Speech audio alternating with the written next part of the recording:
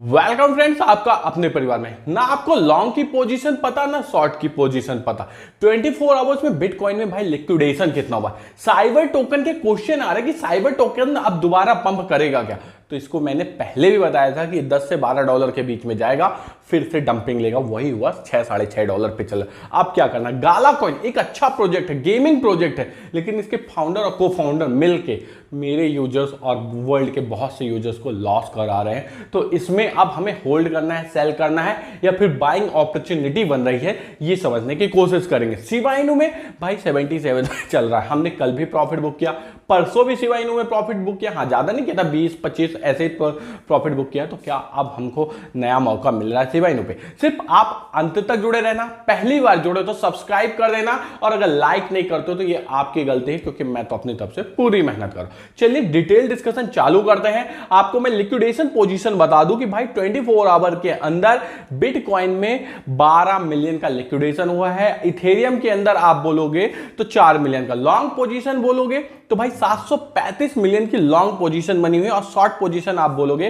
तो 655 मिलियन की। यानी एवरेज कहा जाए तो बिटकॉइन सेम चल रहा है। यहीं आप मार्केट सिनारियो के हिसाब डोमिनेंस देखोगे तो बिटकॉइन का डोमिनेंस 0.17% से गिरा हुआ है। इसी का रीजन है कि भाई अल्ट कॉइन में इतनी ज्यादा डंपिंग नहीं है। आप देखेंगे यहीं कि इसका जो फियर इंडेक्स है वो 35 चल रहा है। तो भाई एक चीज तो समझ में आ गई कि भूख नहीं है मार्केट में, लोग इन्वेस्टमेंट करने को तैयार नहीं है, बट मार्केट में अल्ट कॉइन और मेम कॉइन कुछ जो है पंप कर रहे हैं। आप साइबर टोकन को देखोगे तो 9 से 10% से डंप किया हुआ है। आपको क्या देखना है साइबर टोकन में, आपका क्वेश्चन आया था इसलिए आंसर दे रहा हूं। साइबर बात ध्यान रखना कि जैसे ही ये पॉजिटिव ट्रेंड बना है, एक्चुअल में वेल्स इसके साथ खेल कर रहे हैं। ये टोकन अपने से नहीं पंप और डंप कर रहा। वेल क्या करते हैं, जैसे ही $5 $4.5 के आसपास आता पंप कराते हैं, जैसे ही 10-12 डॉलर जाता है डंप कराते हैं। तो अगर नेक्स्ट बुल मिलता है, यानी कि अचानक से पंपिंग आती, तो आप एक छोटी सी पोजीशन का लॉन्ग कर सकते हो। और जैसे ही आपको ये 8 या 9 डॉलर के आसपास जाता हुआ दिखाई दे, 10 डॉलर के आसपास जाता हुआ दिखाई दे, अपनी पोजीशन को कट कर लेना। बट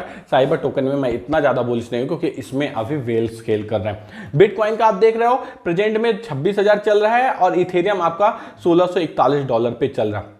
कहते शिबा इनू चल रहा है 77 पे। आपका शिबा इनू कल 76-70 तक गया था। तो क्या करना है हमें शिबा इनू पे, आपको एक चीज ध्यान रखना, मार्केट हल्का भी पॉजिटिव हो, लेकिन शिबा इनू रिएक्ट नहीं कर पा रहा। क्यों? क्योंकि शिबा इनू के सिवेरियम के कुछ क्लियरिफिकेशन नहीं आ रहे।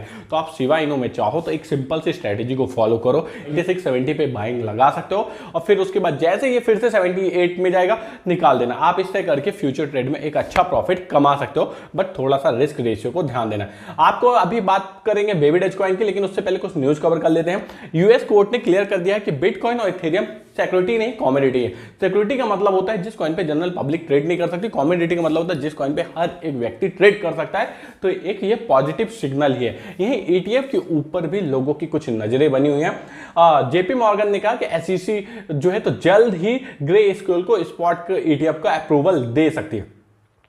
अब आपकी बारी आती गाला कॉइन की। गाला कॉइन में बहुत से क्वेश्चन आए थे। मेरे एक यूजर के खुद के 50,000 गाला कॉइन है, जो कि 2.7 रुपीज पे खरीदा था, अभी 1.4 चल रहा है। तो भाई वो लॉस में होता है। गाला कॉइन में क्या करें? तो मैं कहूंगा गाला कॉइन से आप ना अभी निकल सकते हो, ना ही नई बाइंग बना सकते हो। आपके पास अगर पोजीशन है, रिस्क लेने की कैपेसिटी है, तो आप रिस्क लेके होल्ड कर सकते हो, क्योंकि गाला एक टॉप 10 प्रोजेक्ट्स में आने वाला प्रोजेक्ट है। गाला जो है तो परफॉर्मेंस वाइज गेमिंग सेक्टर में एक अच्छा प्रोजेक्ट है। और गाला में इशू क्या है, इसके फाउंडर और को फाउंडर, एक कह रहा कि 600 मिलियन की प्रॉपर्टी खरीद ली गाला को बेच के, एक कह रहा कि 120 मिलियन की क्या कर लिया, प्रॉपर्टी खरीद ली। तो एक दूसरे के ऊपर ये केसेस चल रहे हैं, लॉ सूट चल रहे हैं। जैसे ही क्लियर होंगे तो गाला में पंपिंग आ सकती है। बट ये ध्यान रखना, क्रिप्टो मार्केट है, यहां रिस्क बहुत ज्यादा है। वही लोग गाला कॉइन में होल्डिंग करें जिनकी रिस्क लेने की कैपेसिटी है। अगर ये रिटर्न देने में आए तो आपको यहां से 5 गुना भी होता हुआ दिखाई दे सकता है, और अगर इसमें इसी तरह लॉ सूट चलते रहे तो ये बहुत नीचे भी जा सकता है। गाला कॉइन को क्लियर